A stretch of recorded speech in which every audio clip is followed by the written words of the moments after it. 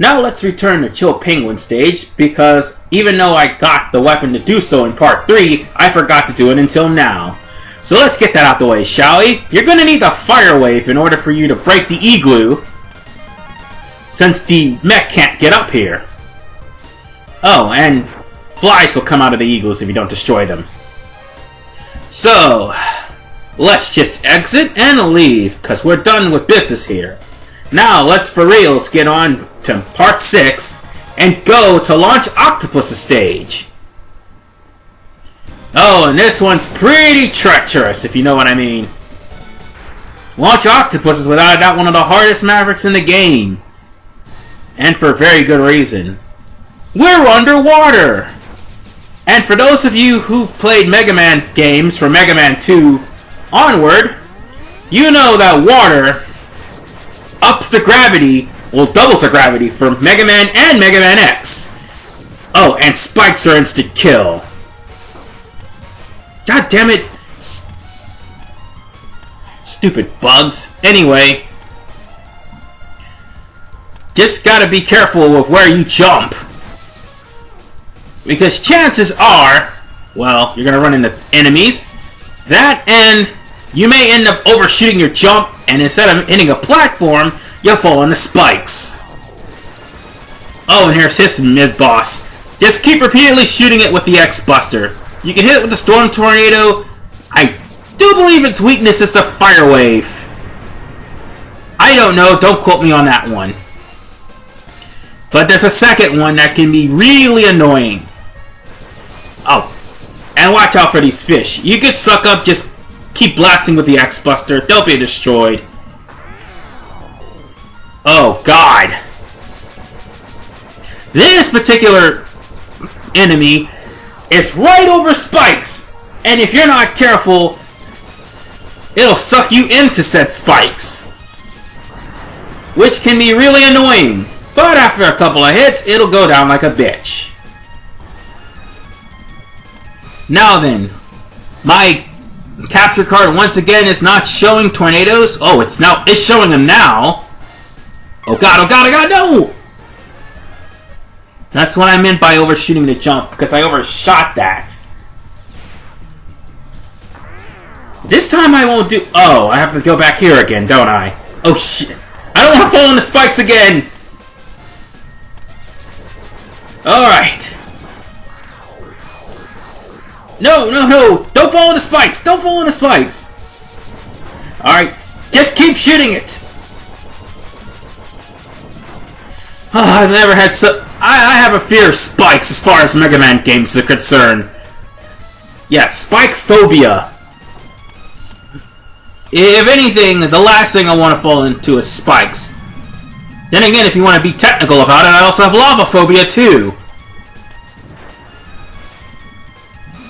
Now, you want to ride this current up to this ship here and completely decimate it with the Storm Tornado. Because the Storm Tornado is awesome. You might want to keep the Storm Tornado too, because there's another mid-boss here. Oh, there's a lot of mid-bosses in this particular stage.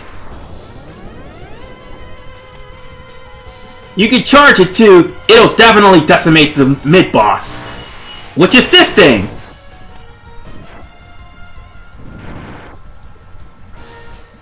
And, of course, the capture card didn't capture it, but it was destroyed upon fading away. And here's the heart tank. That's why you destroy the sub. So, let's get out of here and continue going through the mission. That's the only upgrade you need to get from here. So far, so good, huh? But charge up your Storm Tornado, because you got another one here. And this one's bound to pop up out of the ground this time. Oh, darn.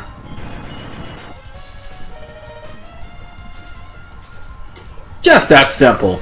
So now, basically switch to your X-Buster because you want to try to at least get away from the fish. They'll try to suck you in, like so.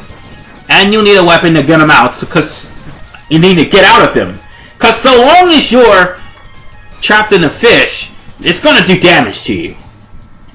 And get out your rolling shield because you've got one tough enemy to beat. And ladies and gentlemen, meet the toughest Maverick in the game, Launch Octopus.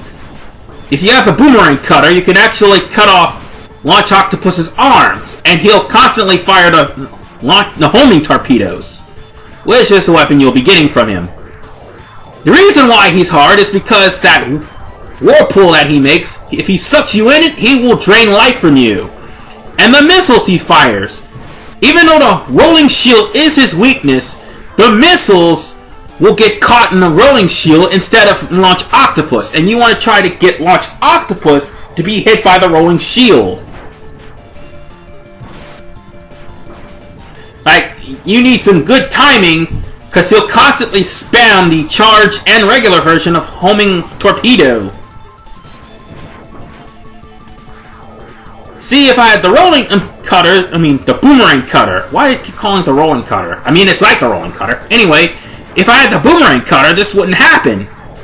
But, since I don't, I'll have to run like hell and keep from being caught by the whirlpool.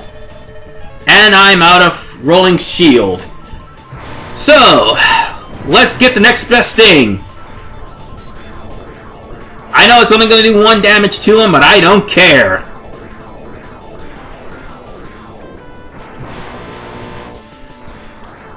I'm hoping he's landing on it. Oh, right, that's the other thing. You try to throw a rolling shield while he's doing that whirlpool thing, he's invincible!